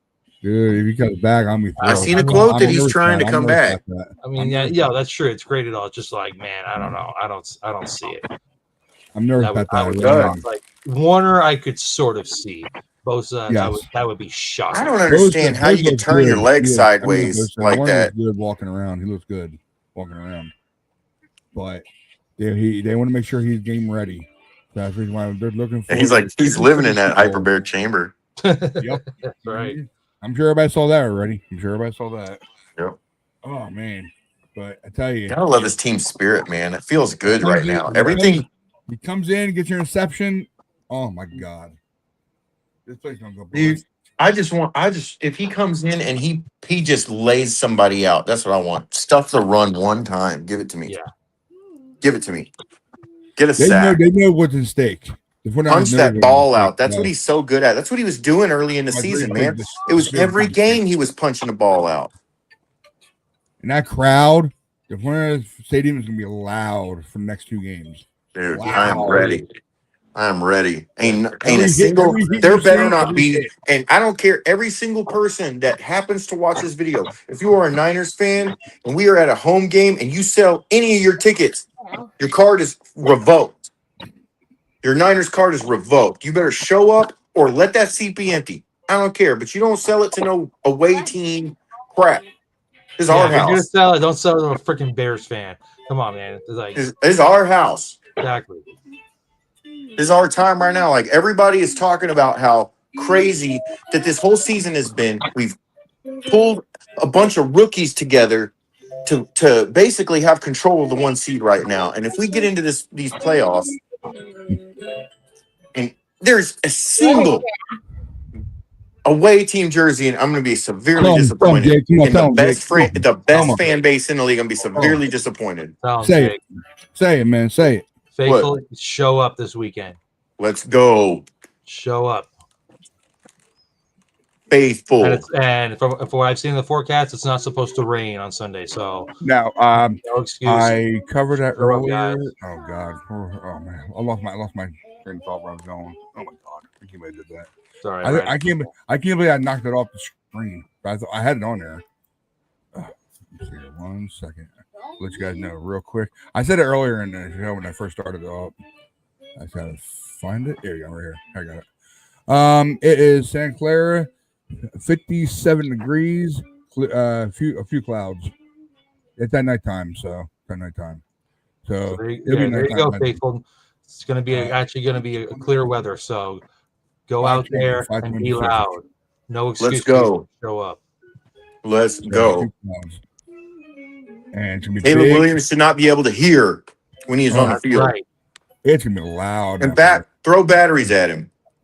Nah. Hey, We need to go. Don't be We need to throwing- go don't be throwing full out Eagles that. fan right now. no, we're not gonna be Eagles. All right, fans. all right. Maybe not. Maybe No, not. All no right. Eagles fans. Thank you. We don't be like We're not Eagles fans. Come on. We're more a better franchise than they ever became big. They have 2 Super Bowls in 50 years. We're 3. I said 3. 3 Super Bowls, right? Yeah, 3. So Yeah, 2 two. what? No, two. Two. Yeah, They went to 3, but they lost. Oh yeah, they lost the other one. Never mind. They lost the other one. Never mind. They won one with Nick Foles and one with Jalen Hurts. They've won. Yeah, They've against been the to 4. Chiefs. 1-2 lost And the they, other one. and they, yeah.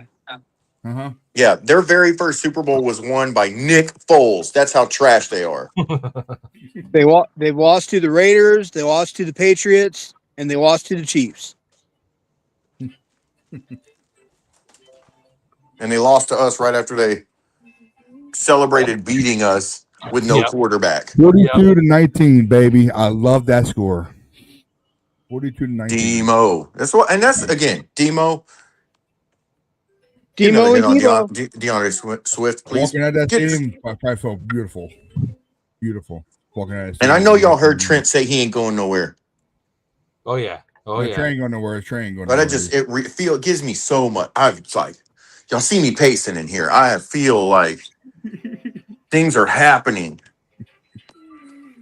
I feel so good about our team right It's now. like, I know like there's been a couple of seasons where it's like, where we've really dominated, to get to like the number 1 seed and get to a Super Bowl.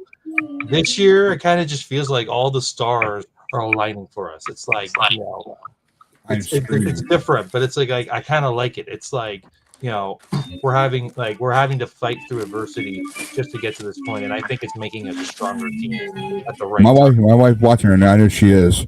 Babe, you know I'm gonna be y'all my ass off if we win that Super Bowl this year. You know, hyped up. I'm cleaning my I'm room. screaming. I don't care. I don't care. I know the kids will be sleeping. I have to. I'll go in our car and scream. I'll go in our car and scream. I have to. That way, nobody in the neighbors. If I know neighbors will probably be all. I know we have Chiefs fan down the road, and I know we have a bunch of Eagles fans around. Tell them to enjoy the playoffs from the couch. Yeah. Oh, he don't have his flag up anymore. He took it down. Anybody feel really good about watching some meaningless football over Christmas? It's completely meaningless. Was it the Cows, the Lions? I saw the Broncos and Chiefs, but and the Chiefs. I barely paid attention. Yeah, the games were garbage yesterday. I mean, it felt so good to not even care who was playing because it didn't matter the outcome. That is true. But man, those games are so brutal. Tomorrow, I don't remember the games. There are games tomorrow. I don't even know. There's Chargers, Texans, 3 of them. Ravens. That's right. Chargers are playing. Two of them. I hope Herbert throws like 6 touchdowns tomorrow because I'm starting him because they said Josh Allen is questionable. I need the Bills to make the playoffs. They should make the playoffs. I think they should be all right from that standpoint. I need them to make the playoffs. It doesn't look like they're going to win the division. No, they're not going to win the division. Dude, I mean, the Patriots are pretty much clinched it. Haven't they already clinched it? Didn't they clinch it? I think they still got to win one more game, but they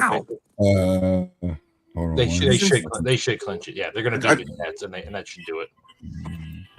Oops, I'm the wrong one. Yeah, because they split with the Bills already. So yeah, If the Patriots, Patriots are in one game ahead of the Bills. So if the Bills beat the Eagles this week, they'll be tied with them. If the Patriots won't lose against the Jets, I don't see that. So they'll probably keep pacing until the last game. The last game, I'm not too sure. Do you guys know the Patriots and Bills are actually tied in their back-to-back with each other or not? You guys know who won? No, the Patriots have the lead in the division. Yeah, the Patriots. They were tied up until now with the Broncos. I know for the number 1 seed, whereas the Bills were having trouble winning a game. Who won the matchups?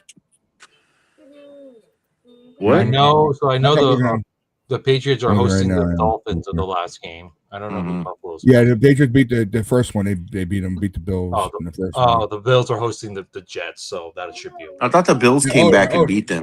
They did. They beat them in the second game. Yeah, they beat them. They beat them at the end. They split. Yep, they split. I got it right here. I was gonna say they didn't sweep them. No, they didn't sweep them. No, they didn't. The Patriots won in Buffalo. Yeah. And then the Bills went to the Big Razor and beat them. Back here real quick. Okay. Oh my God! Wow. Ooh, how do you do that? I wonder. So what do you guys think? You like it? Yeah. Yeah, it's sick. I know I can't see nothing right now. I'm doing a new hoodie. Yep. Got my new hoodie, and I got another hoodie too. Can you guess what team it is? Have no clue. I'm guessing it's a Sharks hoodie. Probably the Chicago Bulls. It's a black Sharks hoodie. Okay. Nice. All right. Yeah. I just need a Sharks jersey. I don't have one.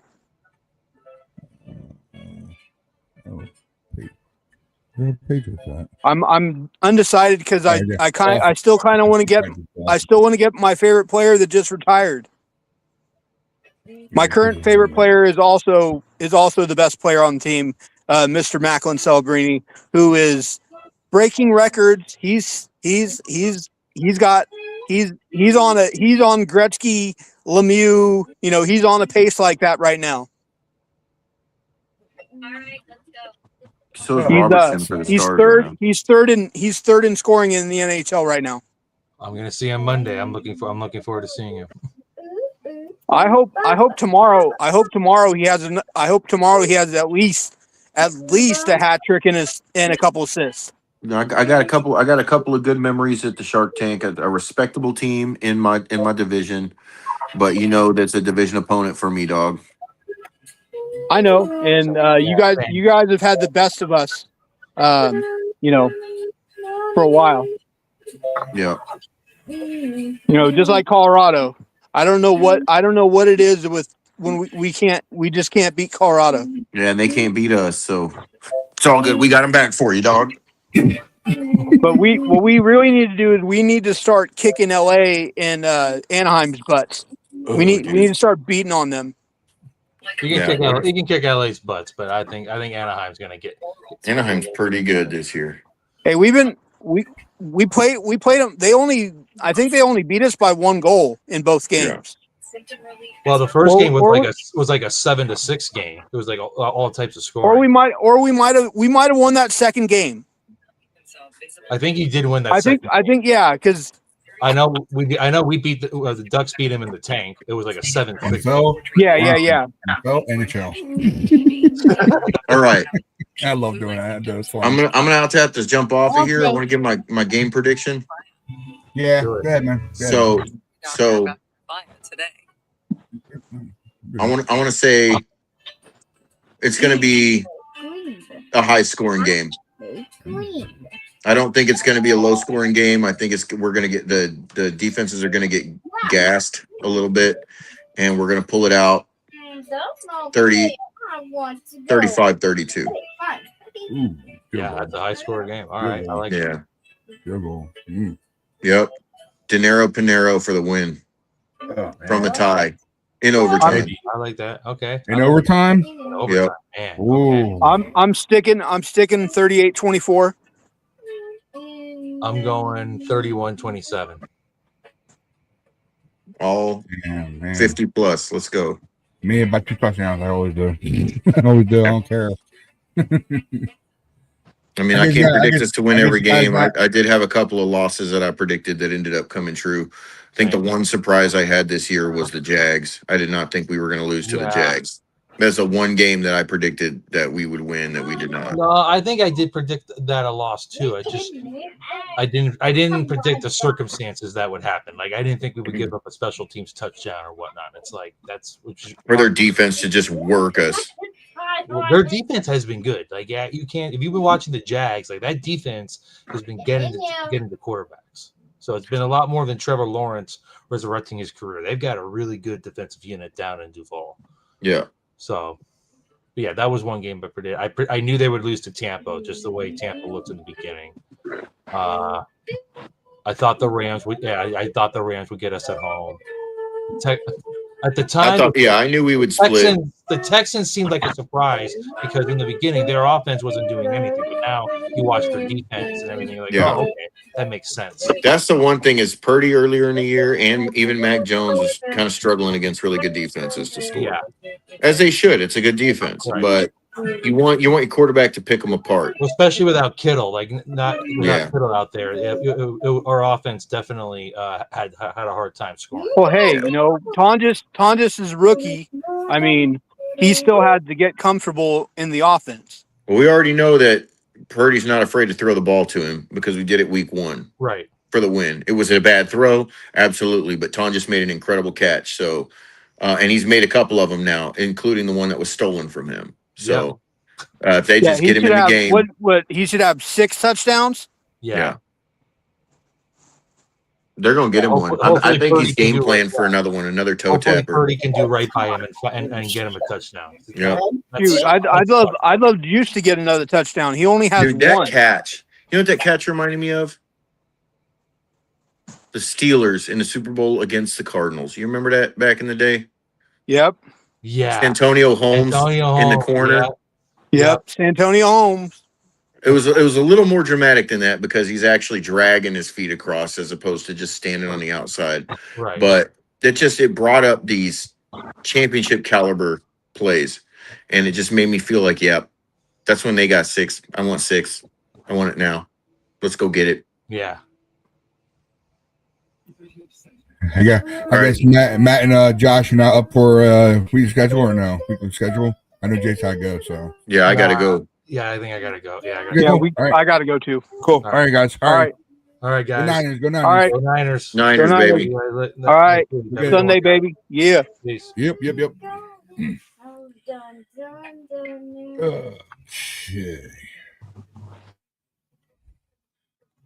Okay. Boom. Yeah, I know usually we do our weekly schedule, but it doesn't really matter because I know a lot of teams right now are in the playoffs already, and a lot of teams are already done. So probably won't be even thinking about even talking about it. So I get it; it's all good. But let me see here. I know I wanted to say a little something before we got off here. And I'm gonna do two things before we get off. Before I get off here. Hold on one second, guys. Like we talked about earlier. Let me see here. Conference. Now I'll talk about myself a little bit. Well, the Broncos are ahead of the Patriots. So basically, if they both win both their matchups, next two games, Broncos win the seed, number one seed for AFC. So the Broncos will get the bye.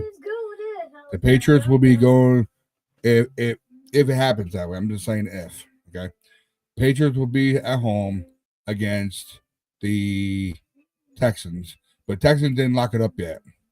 So if Texans win their next game, I'm sure they'll be in because they're already up by 2 games against the Colts. Colts are 8-7, and the Texans are 10-5. So if the Texans win their next game, which is I forget who the team it is, but I'm sure it's a team that's probably already out of the playoffs, probably. But because if you look at it, the last two games of regular season of NFL, they're usually against divisional rivals. That's how they always do it, like us, and like the Patriots in Denver. They're going against the Jets, so like I said, it's the rivalries. So basically, whoever Texans are going against, I'm sure they're going to end up winning, and they'll get the last spot in the 7th seed, and then the Texans will have to travel to Patriots, Foxborough. Buffalo Bills will have to travel to the number 3 seed, which is the Jacksonville Jaguars, because they won that one. And of course, the 6th seed will go against the 5th seed. I hope I got that right. 2, 7, 6, 3, 4, 5. Yeah, okay. Chargers will go against the Steelers. So the Chargers will have to travel to Pittsburgh, the Eastern. Wow, that'd be a long travel too. West of the coast to East Coast. Woo, that's a travel for a wild card. Wow. So that's how it will be for the AFC. And now I know this is not settled yet for us for the NFC because Seattle's gotten one seed so far. Like we said, every game from this Sunday to next Sunday, I'm sure we win our game, and somehow Panthers upset Seattle somehow, then we'll be number 1 seed that night. But the only problem is we ain't got locked up. We got to lock it up. So no matter what, we had to win against Bears and then the Seattle game next week to lock it up and have it. And we take it from them. So basically, right now Niners are in fifth seed. All right. I'm doing it for now because until before the game start up. And Seattle's got number 1. Number 2 is the Bears.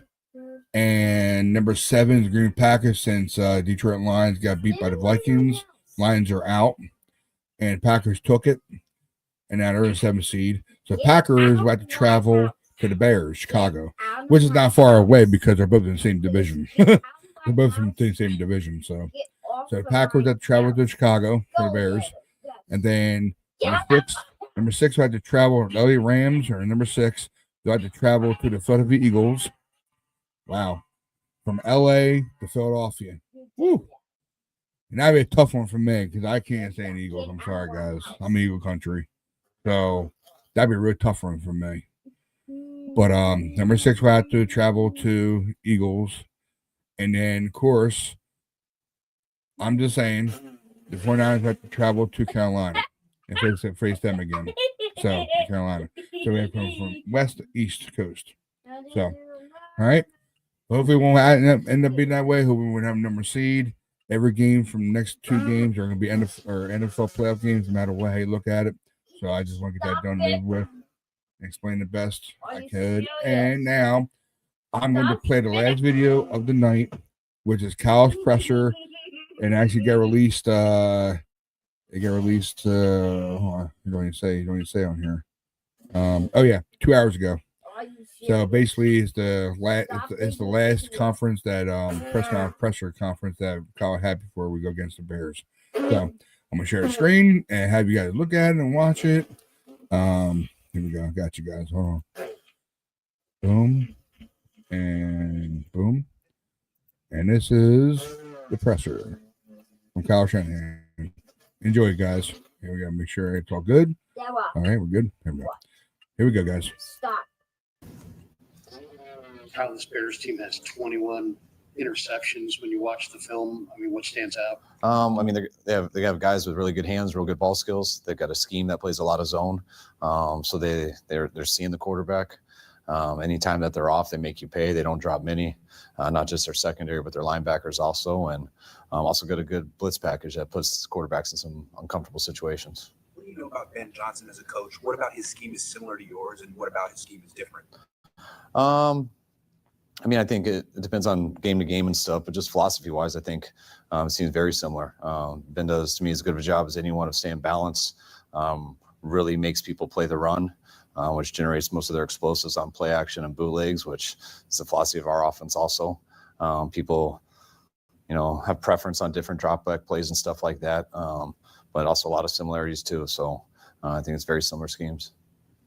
Have a tendency to come back in a lot of games, no matter how late and how much they're down. How important is it to just remind everybody that you can never be complacent? It's important. I mean, we try to do that every week, but when you face a team that's done it, I think NFL record 6 times or whatever it is, I mean, it's a huge deal why they're where they're at. So they got the quarterback who can do it. They got lots of players out there on both sides of the ball, and like I've been saying, they got great scheme on both sides too. Have you had much interaction with Ben Johnson? No, I don't know him very well. A couple guys on our staff have worked with him. I know CFO and Fleury did in Miami, so they know him. They speak real highly of him. Got to talk to him a little bit at the owners' meetings, but that was the first time. How do you think Luter played in the most recent game? It seemed like Who's that? Darrell Luter. Like he was targeted a little bit early on, but came out a bit in the second half. Okay. I thought he's done a real good job. I thought he played really well. I know they got him on those PI calls, and I thought one of them. I thought I probably disagreed with one of them. I thought it was pretty good coverage, and I thought he did real well in the run game. He has 2 big runs that got to the corner that if you don't make that tackle, we had a really good run night, but you just did 2 runs get past him. They probably have 2 more carries for about 55 yards, and that changes the whole game. So I thought he was a stud, and very similar how he played versus Jacksonville when he came in. What's been the offensive surge this month? It seems like you guys are really hitting your stride at this stage in the season. I mean, I don't think anything in particular. I think the guys have been playing decent all year. I think, I think the running game has been a lot better the second half than it was the first half. I think we've done pretty good on third down throughout the year, but I'd say in this last month, I know we've done the best. And when you do that well on third down, it's you get to stay on the field a lot longer. You get to run your whole offense. First and second down becomes a lot stronger. I say that's probably the number one thing. You mentioned the run game's improved. Is it fair to say that the offensive line has improved and there's been a steady correlation there? I'd say that, but I'd also say I think our receivers have really improved. Our run blocking, I think our tight ends have. I think we get better as coaches understanding what our group does best. And but yeah, with the run game, the obvious things are always O-line and running back, but I don't believe in that at all. I think to have a really good running game, it's all 11 people. You also have to have a good scheme, and you got to stick with it. And I think the guys have done that. Do you have an update on Jacob Cowling? Yes, it was close to this week. Be surprised if we don't start practicing next week. Kyle, what it involves, Bears defense is really, really good at first drives, and you guys have been really good on first drives. Is anything stand out when you watch them in that area? No, I mean, they don't do anything. They run their scheme. So, they're a good defense. It's not like we do anything different on first drives too. You just come out and run your game plan. So, I respect their defense, and didn't know their numbers were that good on first drives, but they got a good defense overall, so that makes sense.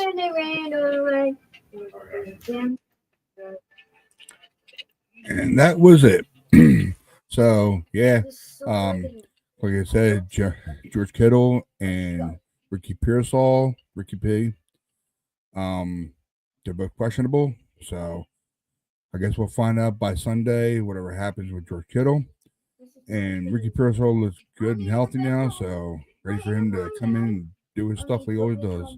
So, I don't give up their score predictions that much myself, and guys know that. All the guys know that. As long as we have at least a 10 or 2 touchdown lead, I'm happy. If we have a 2 touchdown lead by 5 minutes left and we have the ball, I know Kyle. He'll want to kill the clock. And like I always say, he'll kill the clock and make the clock their enemy, not us.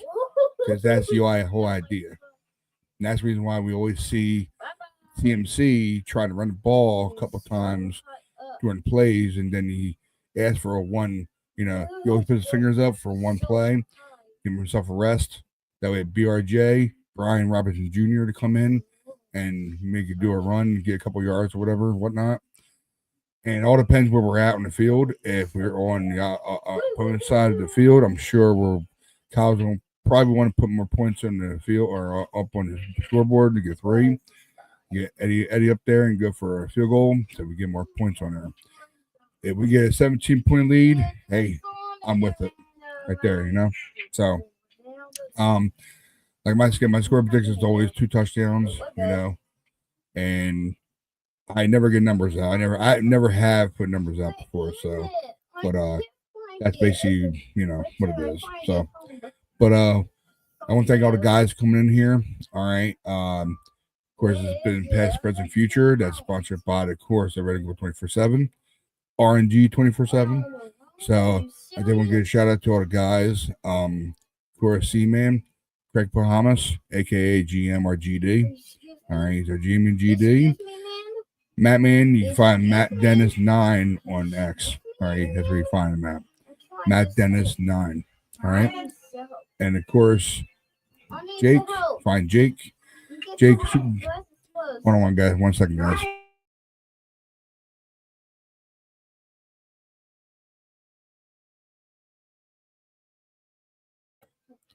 And real quick, Super Beast 86. That's where you find Jake at. And of course, Richie Bonsall, aka Richie B. You can find Richie at Rich Bonsall. And of course, Tom Bomb, you can find him on Facebook. And of course, Josh Gitt, find Josh Gitt in 1987 on X. Okay? All right, guys. That's me tonight, and we'll see you guys next week. And go Niners on Sunday, all right? It's a primetime game, all right? All right, guys. Have a great night. We'll see you next week. Go Niners. All right, guys. Peace out. Keep the faith. Never lose hope, guys. Right on. Later on.